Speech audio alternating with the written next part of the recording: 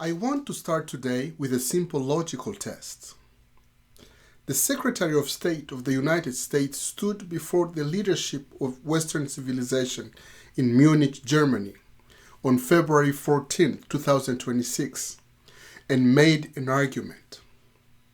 The argument goes like this.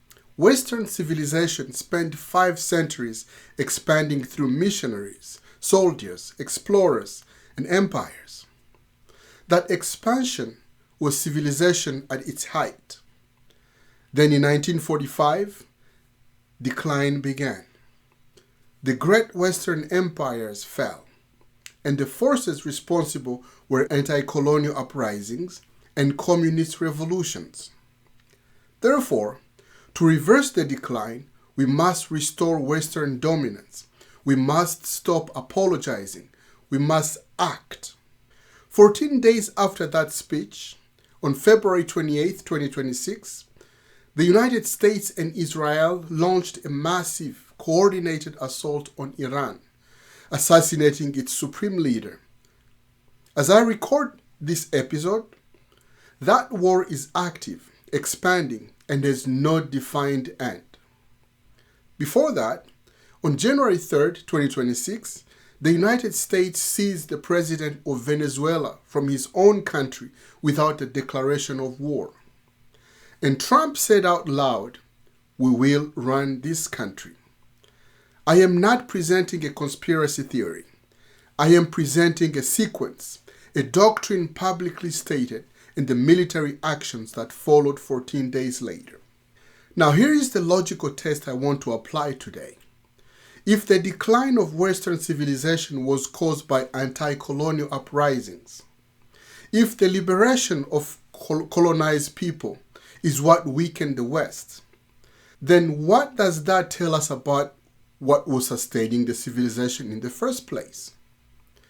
It tells us the civilization required the subjugation of other peoples to maintain its dominance, which means it was not self-sustaining on its own merits. So what actually caused the decline? Because when you look at the real record of Europe, of America, of the policy choices made in full sovereignty by the people now claiming to be victims of someone else's success, you'll find something that Munich speech cannot accommodate. The decline is self-inflicted. My name is Mucho Balinda. I was born in the Democratic Republic of Congo. I have been working as a court interpreter for more than 15 years in the federal court as well as the state courts. And I was doing this interpretation inside the American legal system. And today, I'm going to walk you through the evidence with numbers, with dates, with facts on public record, so that when someone tells you Western decline was caused by anti-colonial movements and migrant workers, you will know exactly what to say back. On February 14th, 2026, Secretary of State Marco Rubio addressed the Munich Security Conference, the most important annual gathering of Western foreign policy and military leadership on the planet. Heads of state, defense ministers, the president of the European Commission, the leadership of NATO. I am reading directly from the official State Department transcript on Western expansion. For 5 centuries, before the end of the Second World War, the West had been expanding. Its missionaries, its pilgrims, its soldiers, its explorers, pouring out from its shores to cross oceans, set on new continent, build vast empires, extending out across the globe. The Great Western Empire had entered into terminal decline, accelerated by godless communist revolutions and by anti-colonial uprising that would transform the world and drape the red hammer and sickle across vast swaths of the map in the years to come. On what he wants from Europe. We do not want our allies to be shackled by guilt and shame. We want allies who are proud of their culture and of their heritage, who understand that we are heirs to the same great and noble civilization. We do not seek to separate, but to revitalize an old friendship and renew the greatest civilization in human history. Now, notice what is structurally required for this argument to hold together. If anti-colonial uprisings cause civilizational decline, if the liberation of colonized people weakened the West, then the strength of the West was dependent on those people remaining subjugated. The colonies were not a byproduct of Western strength. They were its source, which means the civilization was not producing its own power. It was extracting it. That admission is hiding inside Rubio's own argument. And the people who built and lived in the empires he celebrates are not present in his story as people. They are the territory where civilization expanded. The room in Munich gave him a standing ovation. 14 days later, the bombs fell on Tehran.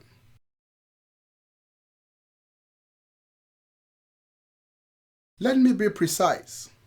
Europe is not one thing. There are European voices who have spoken clearly against what is happening. The European Union called for, quote, maximum restraint after the Iran strikes. Individual European leaders have pushed back. I am not indicting a continent, but the institutional response in Munich, the standing ovation, the expressions of relief, raises the question you must ask honestly. Why is Europe struggling competitively? And is the answer anywhere near what Rubio implied? The demographic crisis, entirely self-generated. Italy fertility approximately 1.2, among the lowest in the developed world. Germany fertility rate approximately 1.4 before recent marginal increases. EU average approximately 1.5. Structurally below replacement for decades.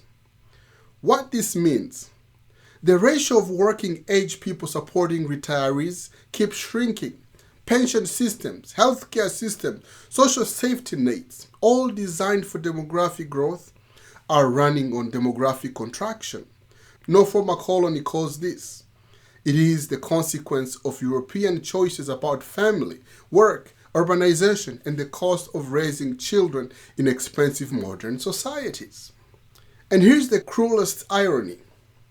The primary mechanism European governments have used to address this demographic shortfall is immigration. The workers being blamed in Rubio's framework for civilizational decline are in many cases literally keeping European pension systems solvent. Europe built an extraordinary social contract after World War II. The logic was sound. A continent that had destroyed itself twice in 30 years needed stability. Universal health care, free universities, strong unions, generous retirement. These were deliberate choices made by people who had lived through catastrophe. The problem arose when growth slowed and the system did not adapt. In France, labor protections are so extensive that many businesses avoid hiring full-time staff, producing a two-tier labor market where the young cycle through precarious contracts with no path to security. Germany recognized this in the early 2000s and implemented painful labor market reforms that restored its competitiveness.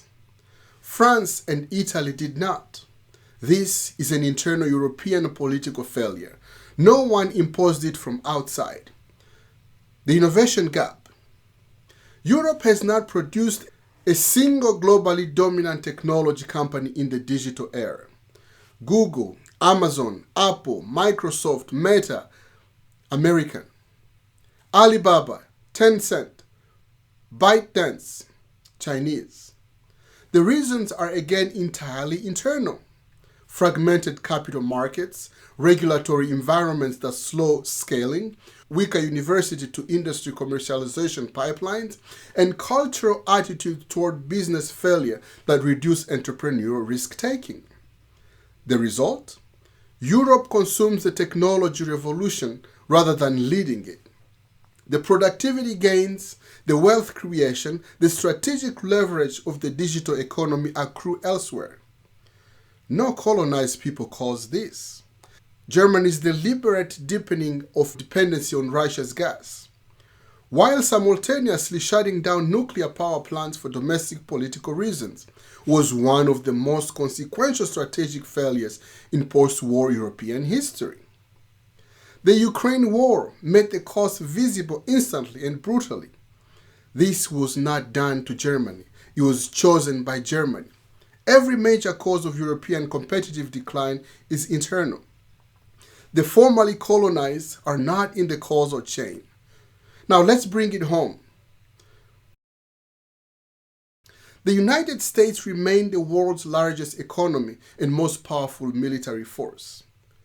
I am not arguing that America has fallen. I am arguing something more specific and more damning. That the competitive position of the United States has eroded significantly over 30 years through specific, documented domestic choices, and that the people being blamed had nothing to do with it. The wars of choice, $8 trillion, zero strategic gains. Let me put the numbers on the table. Iraq war direct cost, approximately $2 trillion. No WMD found. Power vacuum produced ISIS. Afghanistan war cost $2.3 trillion. Taliban govern today. Same government as September 10th, 2001, after 20 years. Libya intervention outcome, failed state. Documented slave market by 2017. No unified government since 2011. Total post 9/11 war cost, over $8 trillion. Including veteran care and interest on debt. $8 trillion, not spent on American schools, infrastructure, manufacturing, healthcare, or research, spent on wars that produced failed states, regional chaos, and strengthened adversaries. The people of Venezuela, Iran, and Cuba did not cause this. Every decision was made in Washington. The deindustrialization of America. Manufacturing jobs lost 2000 to 2010, approximately 5.5 million, Bureau of Labor Statistics. Manufacturing share of U.S. GDP, 1979, approximately 21%. Manufacturing share of U.S. GDP today, approximately 11%. Cut nearly in half. American corporations moved manufacturing offshores to maximize shareholder returns. The consequences? Collapsed tax bases, deteriorated schools, frayed communities, and the opioid epidemic, which has killed more Americans than Vietnam, Iraq, and Afghanistan combined. The Chinese worker who took that job did not steal it. An American corporation handed it to them because it was cheaper. The person responsible for the decline of that Ohio town is not in Beijing. Financial sector share of U.S. GDP 1980, approximately 4%. Financial sector share of U.S. GDP by 2008, over 8%, doubled in less than 30 years. Cost of 2008 financial crisis, estimation $22 trillion in lost global wealth.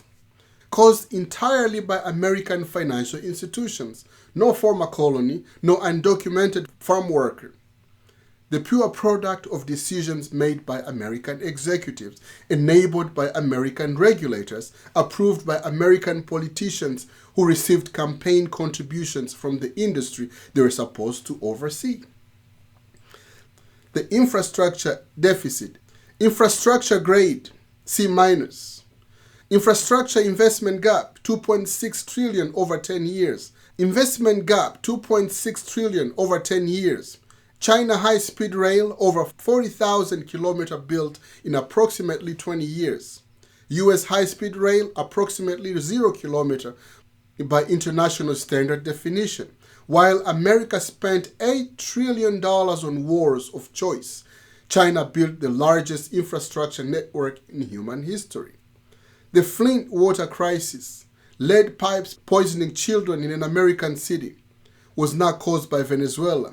It was caused by decades of deferred investment and the regulatory failure that allowed the poisoning to continue after it was known. Now I need to speak about what is happening right now, the 12-day war. Israel launched surprise attacks on Iranian military and nuclear facilities on June 13, 2025.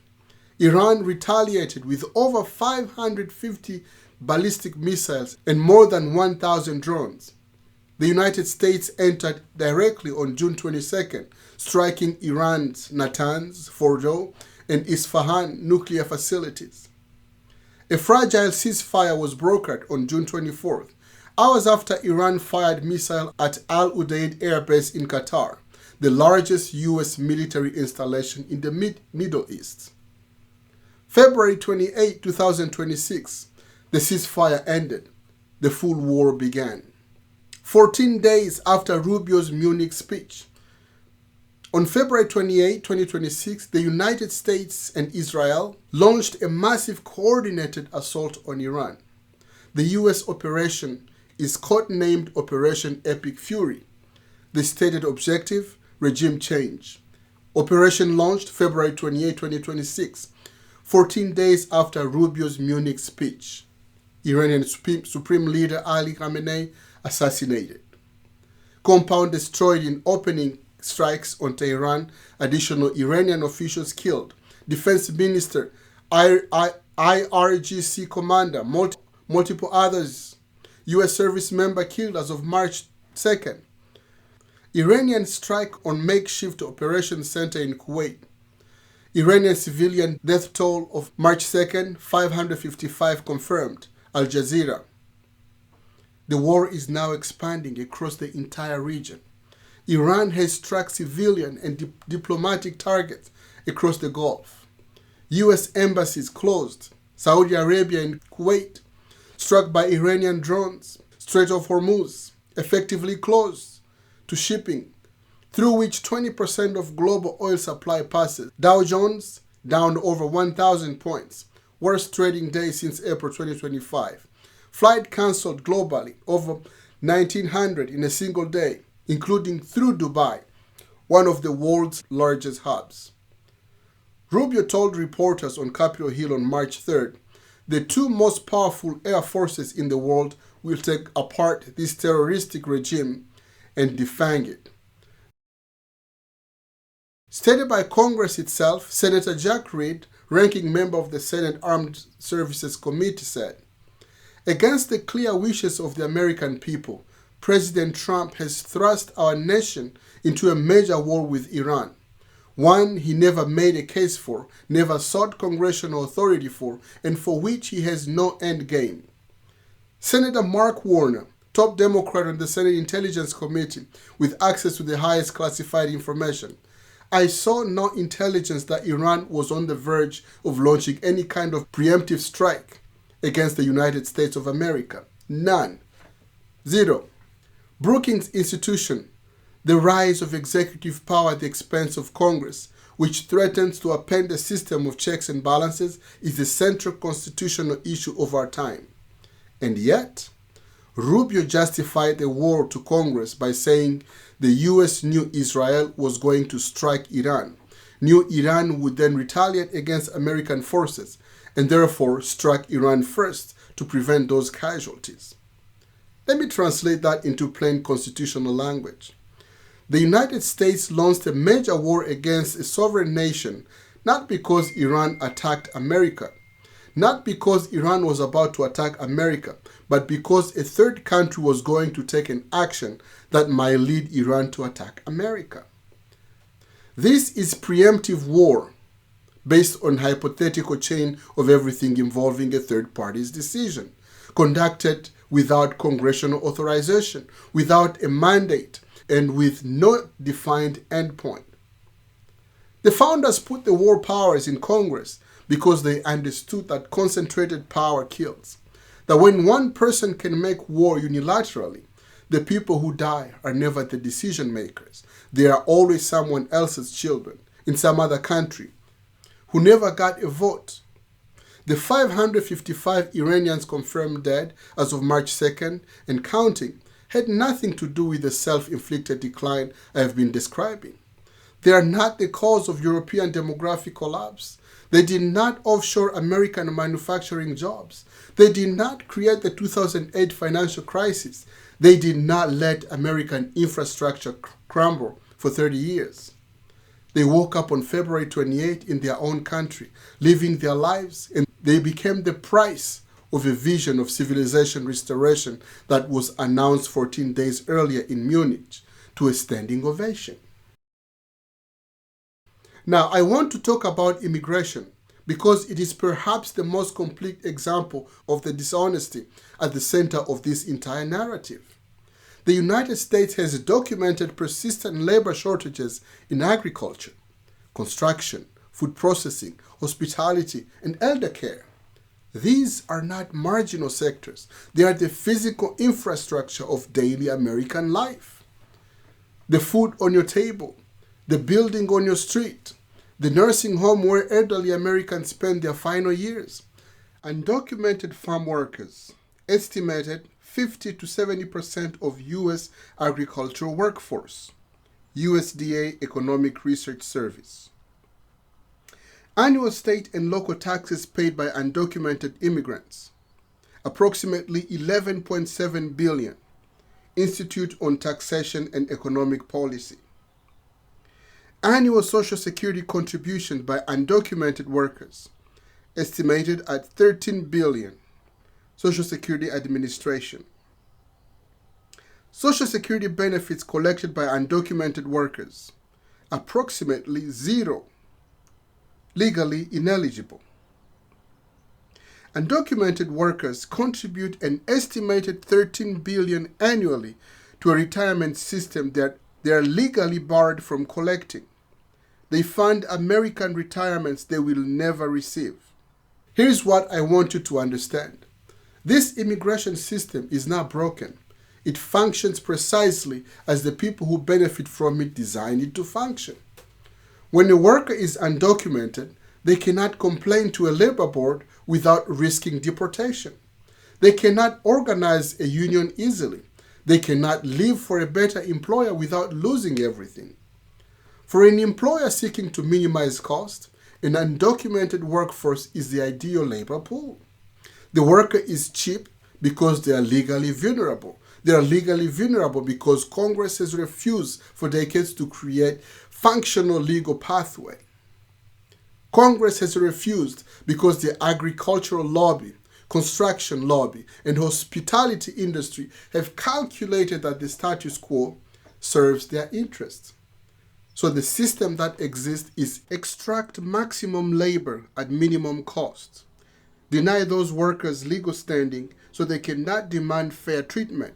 And then, when political conditions require a scapegoat, blame those same workers for national decline.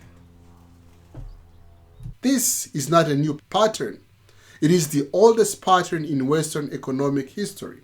It is structurally identical to what the empires Rubio celebrated did for 5 centuries. The claim that undocumented immigrants drive crime is not supported by the evidence. Research from the conservative Cato Institute, which has no ideological interest in defending immigration, consistently find that undocumented immigrants commit crimes at lower rates than native-born citizens. This is not surprising. A person whose entire presence depends on not attracting law enforcement attention has a powerful rational incentive to stay out of trouble. If these workers are so destructive to Western civilization, why does Western civilization keep hiring them every single morning? Every morning in California's Central Valley, in Florida field, in North Carolina's processing plants, in Texas construction sites, American businesses make a deliberate choice.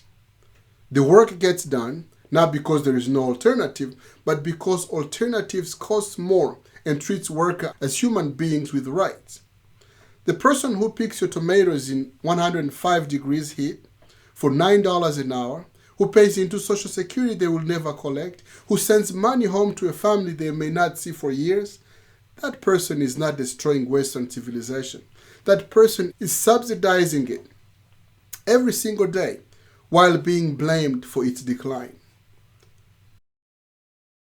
Let me assemble what we have established. Rubio's Munich argument. Western civilization is declining. The cause was anti-colonial movements and mass migration. The solution is military restoration, Venezuela, Iran, and whatever comes next. The evidence says European decline comes from demographic collapse, labor rigidity and innovation gap, and energy dependency. Every cause is internal. The formerly colonized are not in the causal chain. American decline comes from $8 trillion in wars of choice with zero strategic gain. The deliberate offshoring of the industrial base for shareholder returns, the financialization of everything, and 3 decades of deferred infrastructure investment. Every cause is domestic. The farm worker crossing the border is not in the causal chain. The immigration system is a deliberate equilibrium. Extract the labor of legally vulnerable people, then blame those same people for the problems that specific domestic policy choices created. And as of this recording, the United States is in an active, expanding war with Iran, conducted without congressional authorization, with no defined objective beyond regime change. With 555 Iranian civilians confirmed dead, 6 American service members killed, the world's most critical oil checkpoint shut, global financial markets in shock, and the Secretary of State saying publicly that the worst is yet to come. The decline they will not talk about is not the decline caused by the people they are blaming. It's the decline produced by choices they made themselves in full freedom, with full information, and have never been willing to honestly account for. What actually works? The evidence is unambiguous. South Korea was a devastated, desperately poor country in 1953. It rose through state-directly investment in education, manufacturing, and technology. Samsung, Hyundai, LG, built in one generation in a country the size of Indiana with almost no natural resources. Through investment in human capability, not through conquest. India is producing the engineers, doctors, and technology workers that American companies now depend on to function. American hospitals run substantially on Indian physicians. American technology companies run substantially on Indian engineers. Not because India conquered anyone, because India invested in education at scale. China built the largest infrastructure network in human history in 40 years.